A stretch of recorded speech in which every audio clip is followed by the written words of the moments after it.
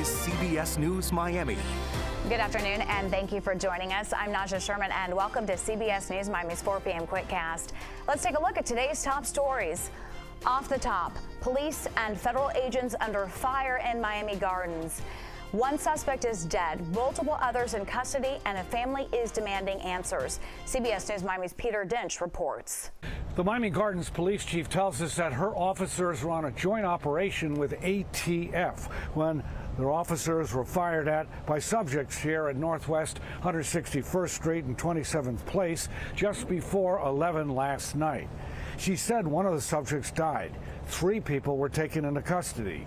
We are hearing from the mother of the man who died, who said police did not identify themselves. The president of the South Florida PBA says that is not true. He says they did identify themselves. We are hearing from the PBA president, the mother, neighbors, and the police chief. We'll have much more on that story coming up in just an hour. In Miami Gardens, Peter Dench, CBS News, Miami. Always alerting, always tracking. This is Next Weather. And taking a live look outside, we are tracking a beautiful weekend. It's going to be a little windy, but it will feel better. Next Weather meteorologist Cindy Pressler has the look ahead. Oh my goodness, look at this beautiful view here. Lots of folks out at the beach today. East northeasterly winds, a little on the gusty side, but not bad. Those winds are going to pick up as we head into the weekend, so there will be some boating concerns and also beaching concerns. We'll talk about that in just a bit. But 88 degrees right now, feels like 89, so the humidity not bad. We've got a lot of dry air aloft at this point, and it is dry at this point. There's no rain showing up, but current temperature is 88 in Fort Lauderdale, 88 in Homestead, so everybody in 88 degrees. However, I think our high is going to land at about 90 degrees today, so it did spike up just a little bit. But it feels like it's in the lower 90s, and again, this is in check. This is not bad. We've got that dry air that's sitting aloft at this point, so that's helping us out. Now, there are little showers that are trying to develop over the interior, and you notice with the flow out of the east, it's going to push everything westward. We could see some thunderstorms develop, I think mainly into Monroe and Collier County, maybe later this afternoon into this evening. That's something we're going to be watching for. But with this dry air aloft, what a nice weekend we're going to see, at least for tomorrow. I think things will stay mainly dry.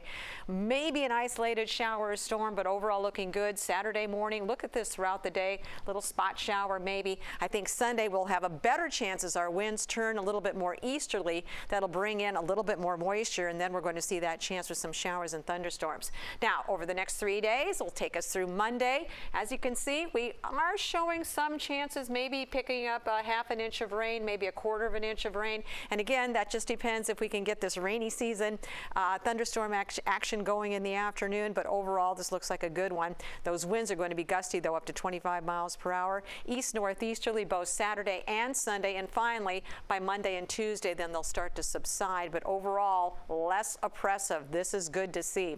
So tomorrow, we're looking at again with an east northeasterly wind, mild temperatures, breezy, we're going to call that. Same thing for Sunday, but a better chance for some showers and thunderstorms. There'll be a little bit more moisture present. And going into Monday as well, we're going to start to increase those rain chances. And slowly but surely, our temperatures will start rising again. So we're going to stay in the 80s, and that's the best news of all. Check this forecast. Beautiful. 88 tomorrow, 87 on Sunday. Finally, I think by Thursday or Friday, we'll be back into the 90s. But this is a nice forecast for this weekend, the first weekend of June. A guilty verdict. Former president and now convicted felon Donald Trump is insisting he did nothing wrong. A New York jury found him guilty on all charges in his hush money trial. CBS News Miami's Michael George joins us live from New York with what's next. Michael. Well, Nadja, remember 9 years ago, Donald Trump walked down that golden escalator here at Trump Tower and announced he was running for president. Well, today he walked into that same lobby, a convicted felon. He calls the trial rigged and politically motivated. Former president and now convicted felon Donald Trump said his team will appeal a New York jury's guilty verdict as he railed against the judge. We're going to be appealing it on many different things. He wouldn't allow us to have witnesses. He wouldn't allow us to talk. He wouldn't allow us to do anything. Trump was convicted on all 34 counts of falsifying business records related to a payment his former lawyer, Michael Cohen, made to adult film star Stormy Daniels ahead of the 2016 election to keep her quiet about an alleged sexual encounter. Legal experts say her salacious testimony may be one area the defense targets for appeal. The defense asked for a mistrial right after that testimony, and I think we can expect to see that again in an appellate brief. As he has throughout the trial, the presumptive Republican presidential nominee once again claimed without evidence the case was orchestrated by his political rival. This is all done by Biden and his people. President Biden, who'd remained silent throughout the trial, pushed back Friday, noting it was a state, not federal case. Donald Trump was given every opportunity to defend himself, and it's reckless. It's dangerous. It's irresponsible for anyone to say this was rigged just because they don't like the verdict. Sentencing is set for July 11th, just days before the Republican National Convention.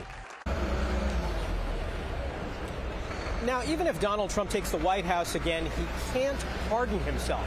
Presidents can pardon federal crimes, but not state ones. Reporting live outside Trump Tower, Michael George. Michael, thank you for your ongoing live reporting. And we are getting reaction from local officials. Republican Congressman Carlos Jimenez joined us live on CBS News Miami Morning Edition at 6. He spoke about the verdict and potential appeal. Take a listen. Here's the question right now. Going forward, was there any reversible error that could lead to a true appeal?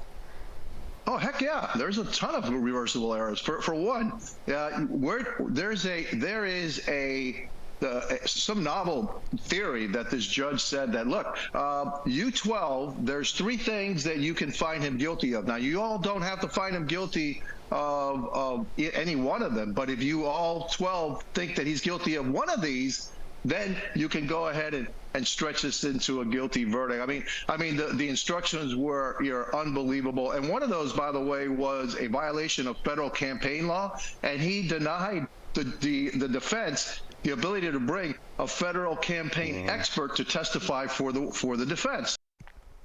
Democratic Congresswoman Debbie Wasserman Schultz also reacting. She wrote, quote, "A jury of Trump's peers were clear. Not even ex-presidents are above the law." Governor Ron DeSantis called the verdict a culmination of an effort to, quote, "get Trump." And stay with CBS News Miami on air and online for continuing coverage, and look for reaction tonight on CBS News Miami at 5. When we come back, a consumer alert. The Fed issuing a massive recall of more than 1 million bed railings. How it could put your loved one in danger. Stay with us.